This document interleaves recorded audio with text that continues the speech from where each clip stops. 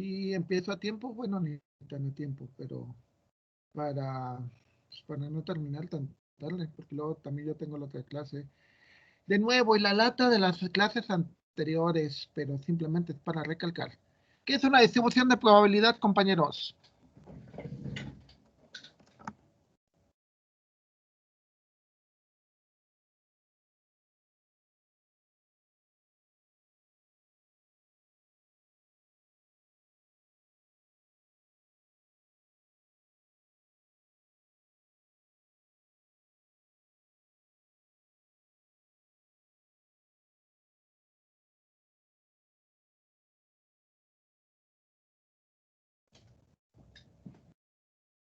¿Nadie?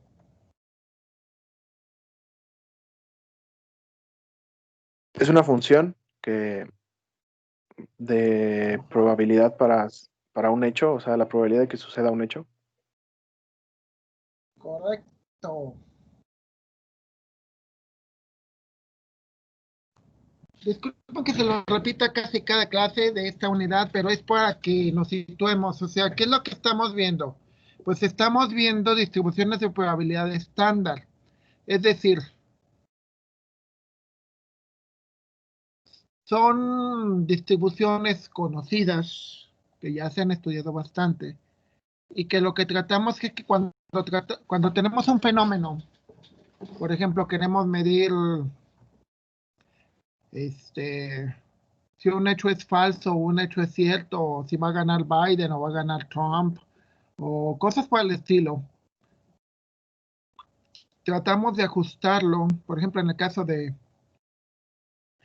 lo de Biden, pues podemos ver un tipo de distribuciones binomiales o hipergeométrica por el tamaño.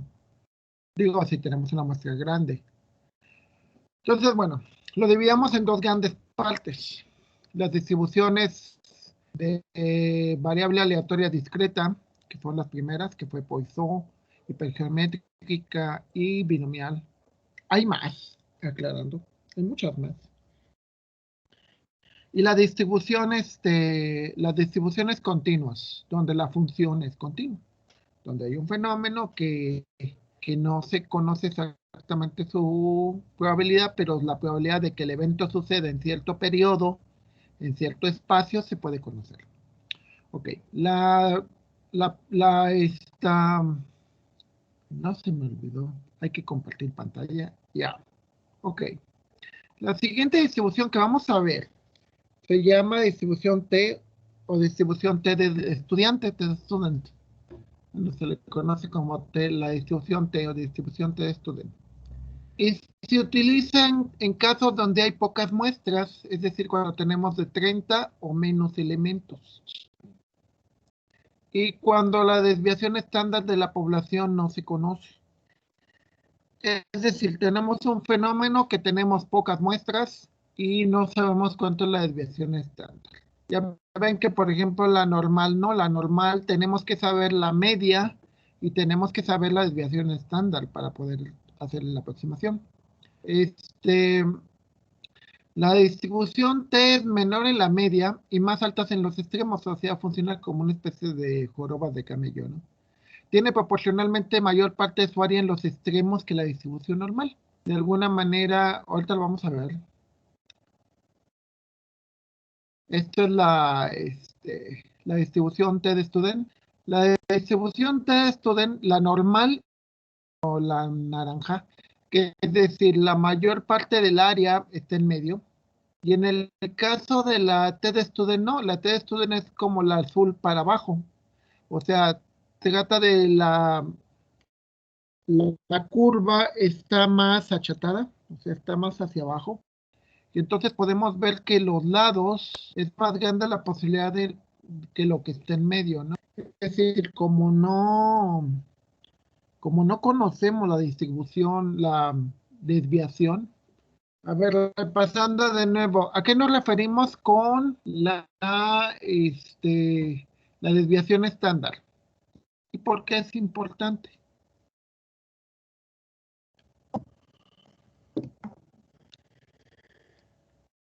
A ver, díganme, compañeros. ¿Qué hemos entendido hasta ahorita de la distribución estándar y por qué es importante?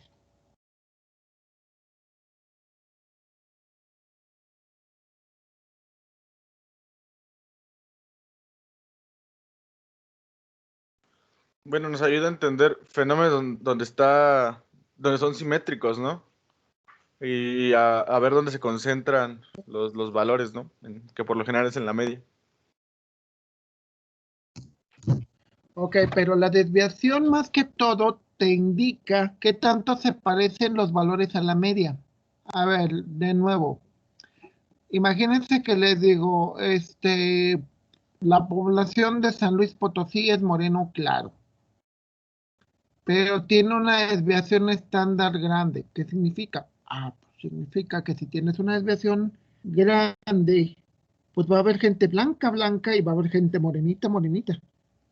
Al revés, estás en Sonora y dices, el color de la piel medio, o sea, la media es blanco y tienes una desviación estándar pequeña. ¿Qué significa? Pues que la mayor parte de la gente es blanca, ¿sí?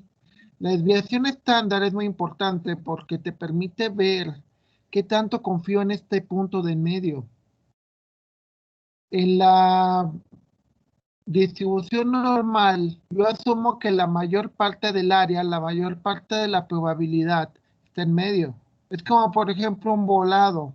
Un volado, la mayor parte de la distribución está en medio porque ni es hacia arriba ni hacia abajo. Bueno, más que todo se parece un poco más a la de abajo.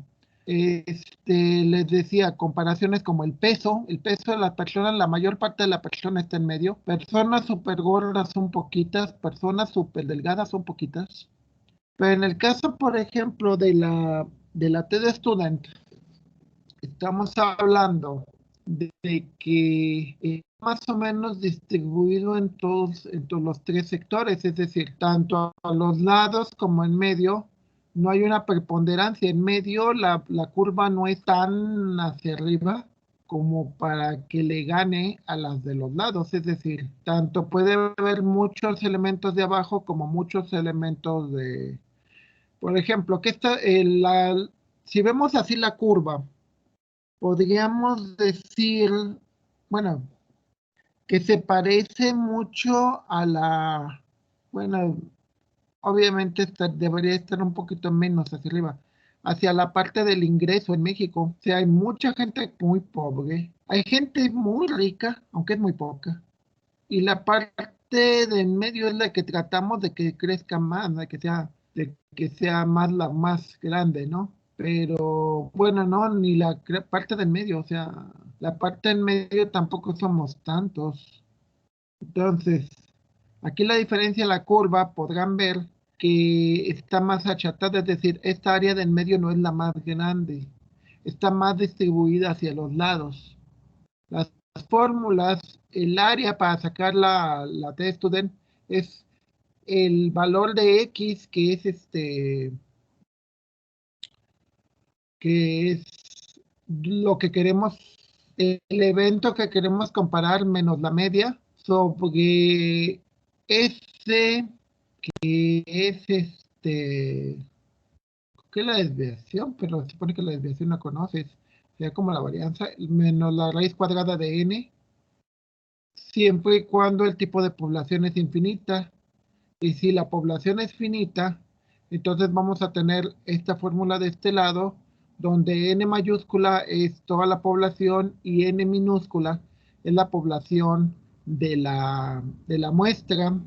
Los intervalos, eso es interesante porque mucho de lo que vemos en la distribución TD Student se mide en lo que se conoce como el intervalo de confianza.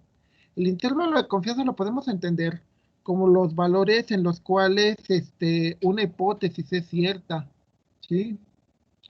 Por ejemplo, ustedes pueden decir, yo creo que voy a pasar esta materia, ¿no? Entonces, mi intervalo de confianza es que mínimo, mínimo saque 75 y máximo, máximo saque 94, por ejemplo. Entonces dices, mi intervalo de confianza significa que la mayor probabilidad para mí es esos valores. Entonces, pues si lo vemos son muy parecidas las fórmulas. Ahorita vamos a ver ya ejercicios en Excel para que puedan ver cómo se comporta esto, que en este caso el intervalo es la media más menos el tamaño del intervalo por la desviación sobre la raíz cuadrada de n. Entonces, primer parte, tiene que ver las fórmulas y cómo se desarrolla. Segunda parte, el concepto de nivel de significación. El nivel de significación consiste en lo siguiente: ¿cuánto estoy dispuesto a equivocarme? ¿Sí? Hay cosas que no hay mucho problema. Por ejemplo, ahorita, pues llegué, son 60 minutos y llegué, no sé, a las 2:05, que serían 5 secentuavos, que sería un doceavo. Ese es el nivel 12 secentuavos, no, más bien un doceavo. Diría, ¿a cuánto le voy a atinar? Pues, o sea, si quisiera saber a qué horas voy a estar aquí, podría decir 11 doceavos es mi certeza que deseo. Y en un momento dado, un doceavo sería lo que en un momento podría llegar tarde. El nivel de significación es importante porque te da una idea de cuánto te puedes equivocar. Si el nivel de significación es muy alto, significa que tendrías que estar prácticamente seguro, o sea que todo apunta a eso. Al revés, si el nivel de significación es muy bajo, significa de que es muy difícil que tengas una certeza, que significaría que tienes una gran incertidumbre y obedece a lo que quieras medir. Si quieres medir normalmente la mayor parte de los eventos, sobre todo en estadística industrial y cosas por el estilo, el nivel de significancia del 0.05, es decir, un nivel de certeza del 95%, es decir, de 100 veces yo tendría que tener la certeza de que le voy a atinar en 95 y 5 no. Ese es el más común, el 0.05. Obviamente también hay niveles de certeza de 0. De punto 9, punto 99. Por ejemplo, los estudios médicos. Los estudios médicos tienen que tener un nivel de certeza en punto 99, cosas así, porque lo que te puedes equivocar es muy poquito. De 100 te equivocas en 1 o menos, ¿sí? Aquí el nivel de significancia se refiere a eso. ¿Cuál es la certeza que tengo que tener? O sea, por ejemplo, digo, no, pues yo tengo la certeza de que vamos a terminar a más tardar en la primera semana de diciembre, con un nivel de certeza del 90%, del punto 9. Eso significa que en un momento dado alfa, que sería lo que no, sería de un 10%. Decía, lo que estoy dispuesto a equivocarme, o lo que puedo equivocarme, ¿sí? Es como, por ejemplo, que te vas a comprar algo y no conoces el precio. Y dices, yo le calculo que es más o menos tanto, con un error más o menos de esto. ¿Ya? Eso es importante porque te permite, un momento.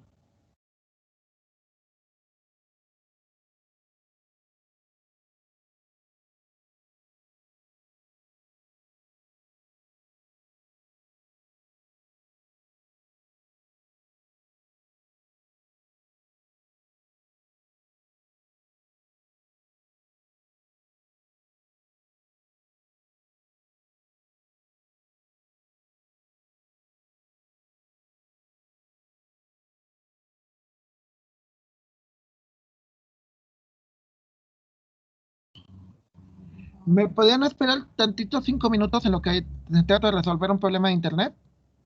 Sí. No me tardo. Gracias, no me tardo.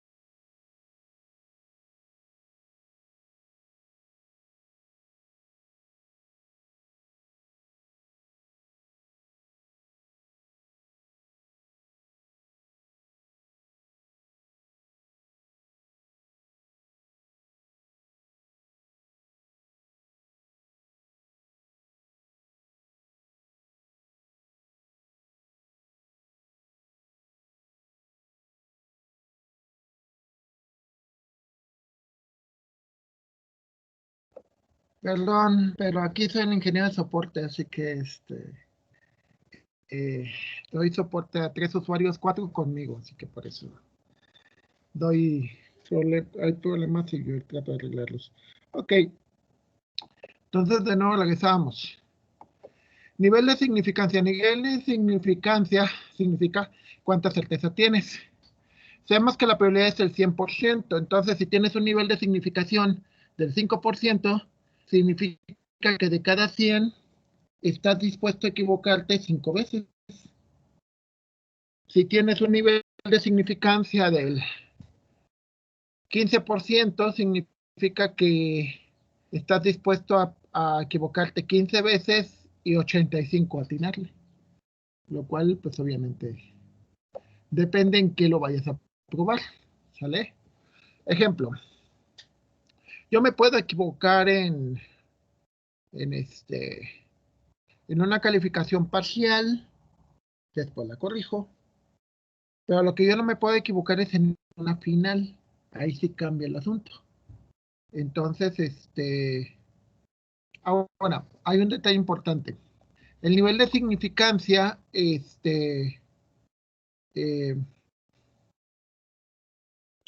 a ver, definir algo importante primero. El nivel de significancia está relacionado con la certeza. Y de nuevo, si tengo un nivel de significancia del 1%, es decir, 0.01, significa que estoy dispuesto a equivocarme una vez de cada 100. Ok, ahora hay otro detalle. Muchas veces el nivel de significación se reparte entre la parte más alta y la parte más baja, es decir, la certeza está en medio. ¿Qué casos serían estos? Estaríamos hablando de los casos en donde yo voy a quitar los que están muy abajo y voy a quitar los que están muy arriba. Cada uno de estos que están a las orillas de la curva se le llaman colas. Esta área de este lado, esta área izquierda y esta área derecha, se le conocen como colas. Y muchas veces cuando tú vas a evaluar un punto, es como cuando medíamos el valor máximo tanto o mínimo tanto. Máximo tanto, mínimo tanto es una cola, porque nada más tenemos un punto y lo tomamos como referencia. En el caso de dos colas, es cuando hablamos de un intervalo, que decimos máximo tanto, pero mínimo tanto. ¿Sí? O sea, decimos un área central. Eso está relacionado con nuestra certeza, la certeza deseada. Si nosotros, de nuevo el caso, yo en las calificaciones parciales no hay problema, se puede corregir, podemos hacerlo un poquito después, etcétera. La calificación final, no. La calificación final es como es y ya, o sea, no hay forma ya que se asienta, ya al momento de cerrar boletas, pues ya se puede corregir, pero implica muchos problemas. Ahora, incluso si nos equivocamos en una calificación, pues sí es triste y nos enojaremos y lo que quieran, pero no es debido a muerte en la mayoría de los casos. Pero imagínense una pregunta, ¿en qué situaciones queríamos una certeza muy alta con respecto a la probabilidad que nosotros queremos?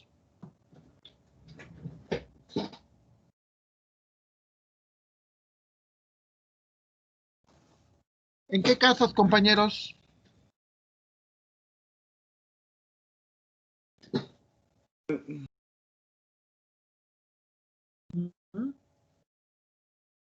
Pues, cuando estamos situados en el medio, ¿no? Entre las dos colas, tenemos más probabilidades. Sí, pero aquí la pregunta es, ¿qué casos creen ustedes que no nos podemos equivocar tanto? ¿Y en qué casos sí nos podemos equivocar un poco más?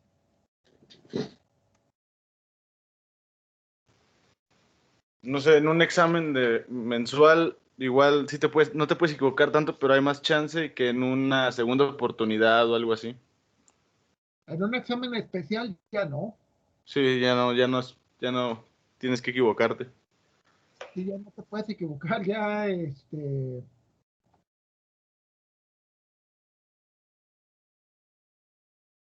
A ver, como dicen, yo me puedo equivocar, por ejemplo, al tomar un autobús, ¿no? Y me he equivocado varias veces al tomar autobuses.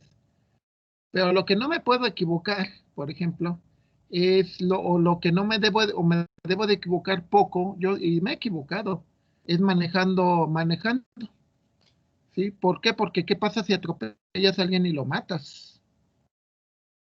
¿En qué profesiones creen que nos equivocamos, que es más fácil equivocarse? ¿En sistemas o en medicina? No es sistemas. Y sin embargo, también se equivocan, ¿eh? Si en sistemas te equivocas más fácil, ¿no? En sistemas, si te equivocas, pues, güey, lo corriges y ya, ¿no? Pero equivócate en medicina, o cuál más te puedes equivocar. Este, pero bueno, entonces a eso es a lo que me refiero con el nivel de significancia. ¿Cuánto te puedes equivocar? Si el nivel de significancia es muy alto, es que te puedes equivocar muy poco. Si el nivel, más bien, si el nivel de significancia es muy bajo, es que te puedes equivocar muy poco. Si el nivel de significancia es más alto, significa que no hay tanto problema con equivocarse, como yo a veces me equivoco con las frases, ¿no? O sea, sí me equivoco, pero no pasa a mayores, no hay un... No, depende del caso, ¿no? O sea, este...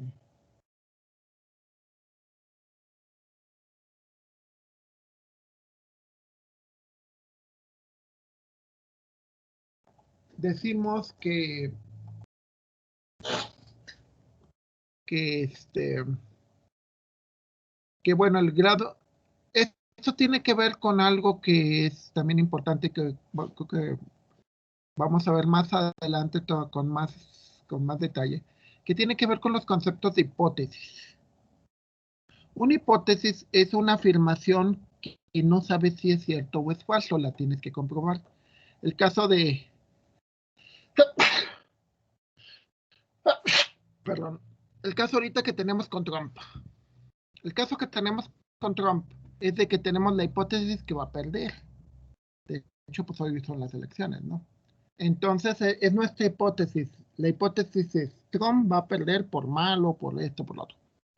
Ok, entonces, lo que buscas con el modelo de probabilidad es que de acuerdo a esa probabilidad, recuerden que las probabilidades se sacan en base a la experiencia, qué tan probable es que si realmente pierda o no. Si tu hipótesis está sustentada en lo que ha sucedido anteriormente o no. Entonces, en base a eso, tú determinas una hipótesis y cuánto te puedes equivocar de esa hipótesis. Es decir, ¿sabes qué? Imagínate una hipótesis donde dices, tengo un nivel de significancia del 50%. Significa que estás bien inseguro, ¿no? Es como ahorita, ¿no? Que realmente es un volado, realmente nadie ha querido sacar las banderas al vuelo, ¿no? De decir, va a ganar Biden. Pues, le están ciscados por los que pasó hace 4 años, ¿no? Entonces, bueno, primer detalle. Segundo detalle, concepto que también hay que entender. En la distribución T, para cada tamaño de la muestra, existe un concepto que le llaman grados de libertad. Los grados de libertad, como definición, son el número de valores elegidos libremente. Y se trata de lo siguiente.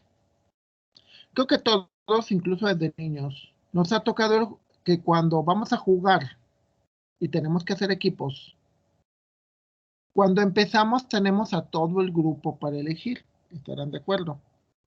¿Qué es lo que pasa cuando ya al final queda uno? Cuando ya queda el último. ¿Ese último realmente tenían la libertad de escogerlo o ya no? No, pues ya no había de otra. ¿Vamos? Entonces se dice que si tienes 15 elementos de tu población o de tu muestra, si tienes una muestra de 15 elementos, tienes 14 de grado de libertad, tienes n-1, siempre, excepto que haya otras condiciones. Pero normalmente los grados de libertad son n-1 y se refiere a eso, que si tienes a 15 en la población, vas a poder escoger a 14 libremente y a uno no. ¿Por qué? Porque el último, pues ya te quedó ese, ya aquí. Y es como cuando ya no te queda tu grupo y el único abierto es tal, ¿no? Entonces ya no elegiste. Básicamente tuviste que tomar ese, ¿no? Entonces, dentro de una distribución, los grados de la libertad se calculan así. Los grados de libertad son la población de la muestra, el tamaño de la muestra, menos 1. Y eso es importante porque, no sé, supongo que llevan en estadística 2. En estadística 2, pues es importante lo de cuántos grados de libertad son y demás, porque eso determina la probabilidad y van a ver más, más adelante cómo probamos una hipótesis y en base a esa hipótesis te dice, a ver, vamos a hacer, lo voy a tratar de hacer gráficamente para ilustrar. Tú ves tu evento y dependiendo de la probabilidad, si cae dentro de esto, del intervalo de confianza, confirma lo que dijiste. Es decir, si nosotros nuestro intervalo de confianza dice que va a ganar Biden y está dentro de esta área, si hacemos los cálculos y cae dentro de esta área, entonces decimos que la probabilidad de que gane Biden es de tanto. Se confirma la hipótesis. Ahora, si hacemos los cálculos y el valor de nuestra apuesta no cae aquí, sino cae en esto de afuera, entonces decimos que nuestra hipótesis es falsa y en realidad va a ganar Trump. ¿Sí? Más que todo es de esa manera de decir, de acuerdo a la distribución, si el valor cae en esto, dentro de esta área de certeza, significa que los hechos confirman, o sea, los hechos confirman lo que estamos esperando. Si eso es lo que tú puedes esperar. Si después de hacer los cálculos, el valor del indicador no cae aquí, sino cae fuera, cae por acá o cae por acá, entonces eso significa que tu hipótesis era falsa. Y eso fue lo que se trataron de hacer ahora que perdió Hillary. Fue lo que intentaron buscarle y buscarle y buscarle. ¿Por qué falló?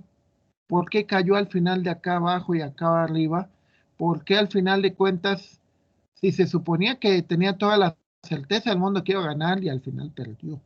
Y estás hablando que son, perdón, son millones de dólares que pagan por ese tipo de estudios, ¿eh? O sea, no son, vamos, son equipos de gente y encuestas que cuestan millones de dólares. Ok. Entonces, ok, vamos para abajo. Por ejemplo, ahorita, mi caso, que los ruiditos que oyen esos son de esas cosas que son para la garganta. Y la pregunta es obvia. Se supone que antes, cuando te enfermabas, pues normalmente ya no te volvías a enfermar de eso, ¿no? Pero actualmente con lo del coronavirus sí. O sea, aunque yo me enfermé en agosto, pues ahorita todavía me sigo lavando las manos, sigo usando tapabocas, porque me puedo volver a enfermar. Entonces eso significa que la hipótesis de que ya no me enferme de nuevo es falso, ¿no? Y lo más peligroso es que si te da por segunda vez, a la siguiente puede que sí te mate, ¿no? Entonces, bueno, aquí por ejemplo, se tiene una muestra de 7 elementos con una media de 16. Entonces, los grados de libertad son 6 porque son 7 elementos en total. 7 elementos se refiere a 7 casos de acá arriba, o sea, A, B, C, D. Son los 7 elementos, el valor de cada uno es la letra A, B, C, D.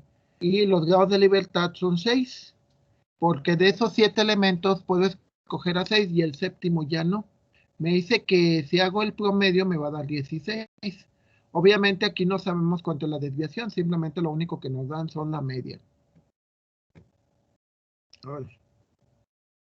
Entonces, dice, la tabla de distribución T es más compacta que el valor de Z. Recordemos que Z era el cambio de variable que teníamos para la distribución normal, en donde medíamos los cambios, medíamos la distancia que había con respecto a la media en desviaciones estándar.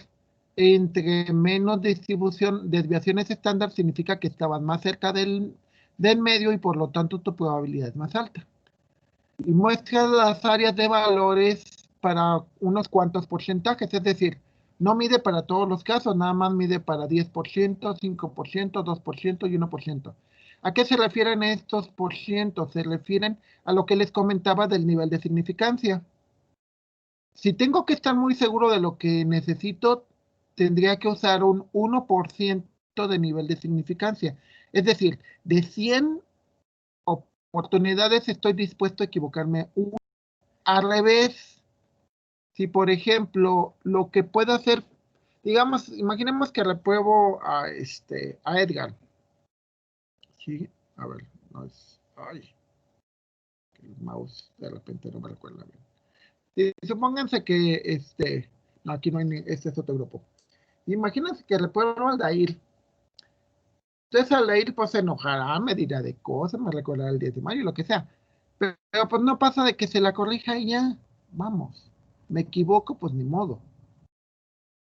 Entonces hay cosas en las que me puedo equivocar y hay cosas en las que no me puedo equivocar o me puedo equivocar muy poco. Por eso la tabla normalmente trae para estos valores, no trae para más. Pero obviamente, de nuevo, como les comentaba, todo se hace vía Excel, o sea, ya se hace por programas que ya traen internamente las tablas. Ya no es en mano de que le buscas y a ver cuál y eso, ¿no? Ya pues recordemos que pues eso ya no se usa, ¿no? Ya todo es por programación y ya la misma paquetería ya te trae internamente eso, ¿no? Entonces, el uso de la tabla dice, es que no se centra en la probabilidad de que un detalle interesante es que se centra en que no se centra en que la probabilidad caiga dentro del intervalo de confianza, sino se centra en que la probabilidad de ese parámetro no caiga dentro del intervalo de confianza. A ver, regresamos. Vámonos a la gráfica. Lo vemos así. Cuando vemos las distribuciones como la distribución normal, lo que busca es que la hipótesis, lo que estamos tratando de calcular, caiga dentro de esta área, el área que está cerca de la media. En la distribución T no. En la distribución T lo que vas a evaluar es que caiga fuera, es decir, en estos lados, ya sea muy arriba o muy abajo, es lo que vas a evaluar. Recordemos que aquí tenemos el problema de que tenemos pocas muestras. Entonces, básicamente es de que tu evento no se te vaya demasiado arriba o demasiado abajo, sino que más bien mides la probabilidad de que se te vaya muy arriba o muy abajo. Si ves que esas probabilidades son lo suficientemente bajas, entonces pues no te preocupas, dices, no hay problema. O sea, por ejemplo, la probabilidad de que pierda, de que no sé, la probabilidad de que tenga muy poquitos alumnos o la probabilidad de que tenga muchos alumnos es muy baja. La gran mayoría de los alumnos que va a tener son en medio, o sea, grupos de 25 o 30. ¿Sí? Entonces, mido más el caso de que mi probabilidad no caiga dentro de lo que yo estimo como mi confianza, como mi certeza. Y bueno, otra cosa que no se usa en la distribución normal es que aquí necesitamos los grados de libertad para poder calcular la probabilidad. Las tablas a mano son así. Las tablas a mano Normalmente tienes que medir uno, que son los grados de libertad, que si te fijas aquí está hecha hasta el número 30 y luego del 30 se brinca al 40, al 60 y tienes que ajustarlo.